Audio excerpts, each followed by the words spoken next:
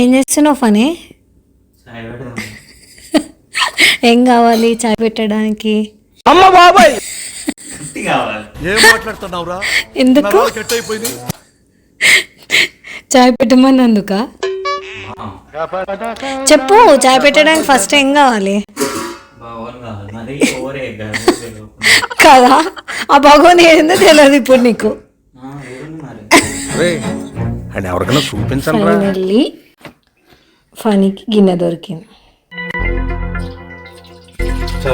నీకు నాకా చాయ్? నీకు వచ్చు కదా, మళ్ళా నన్ను ఎందుకు అడుగుతున్నావు? నీకు వచ్చన్నా కదా నాన్న? వచ్చా అంటే గ్యాప్ వచ్చింది, ఇక్కడ మర్చిపోతాం అప్పుడప్పుడు ఆఫీస్ టెన్షన్ వల్ల అట్లా మర్చిపోతాం. చేసే మూడు ఉత్సాహం సర్వనాశనం అయిపోతాయి. నాన్న మొన్ననే కదా కిచెన్ డిపార్ట్మెంట్ నాది రాదన్నావు.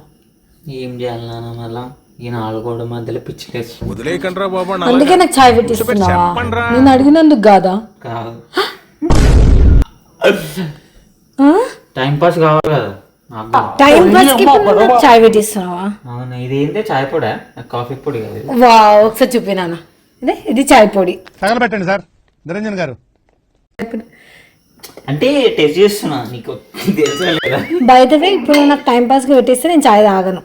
కాదే, ఇది టీ పొడి. ఇప్పుడు నువ్వు టైం పాస్ కి నాకు చాయ్ పెట్టిస్తున్నావా? కాదు మరి విత్ లవ్.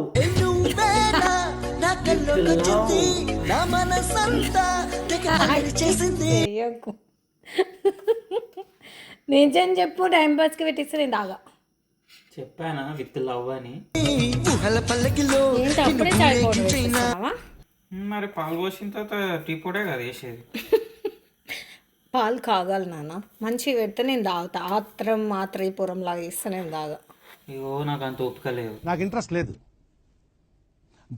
పోనివ్వండి, నాకు ఇంట్రెస్ట్ లేదు. అది పాలు పొంగిపోతున్నాయి, బుస్సున వస్తున్నాయి. ఏమని వస్తున్నాయి? మంచి మసలాలే పాలు. ఎంత వేస్తావు టీ పౌడర్ 2 మెంబర్స్కి? నీకు వచ్చు కదా, మొన్న అన్నావు కదా నీకు వచ్చని. 2 మెంబర్స్కి 2 స్పూన్స్. చెప్పు, చేర్చేదనుకో నన్ను తిట్టుకో చెప్తున్నావు. 1 స్పూన్ వేసిన.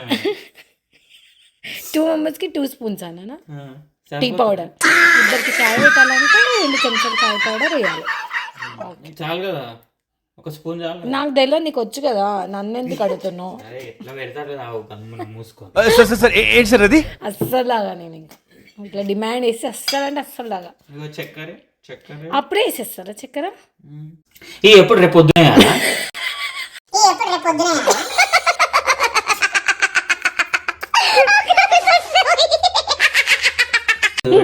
నేను సింగిల్ టేక్ ఆర్టిస్ట్ ని.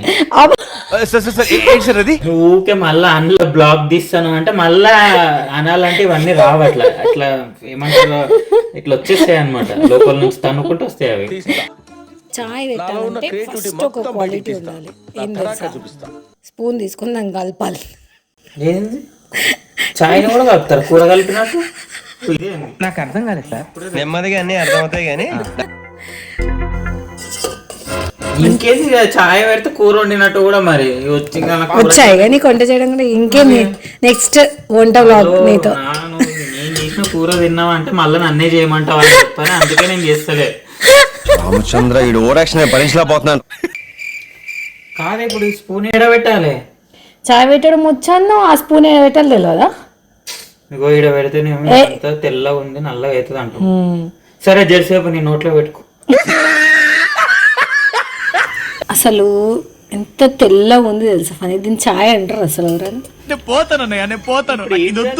నల్ల చేయాలంటే చెప్పు అసలు అసలు అది. సరే ఇప్పుడు ఇది నీకు నల్లగా కావాలి కదా, సరే పెద్ద మంట మీద పెట్టి మొత్తం అది బొగ్గయ్యేంత వరకు ఉంచుదాం. ఇది నేను చూడలా. ఎంత వేస్తున్నావు షుగర్? 2 స్పూన్స్ వేస్తున్నాను.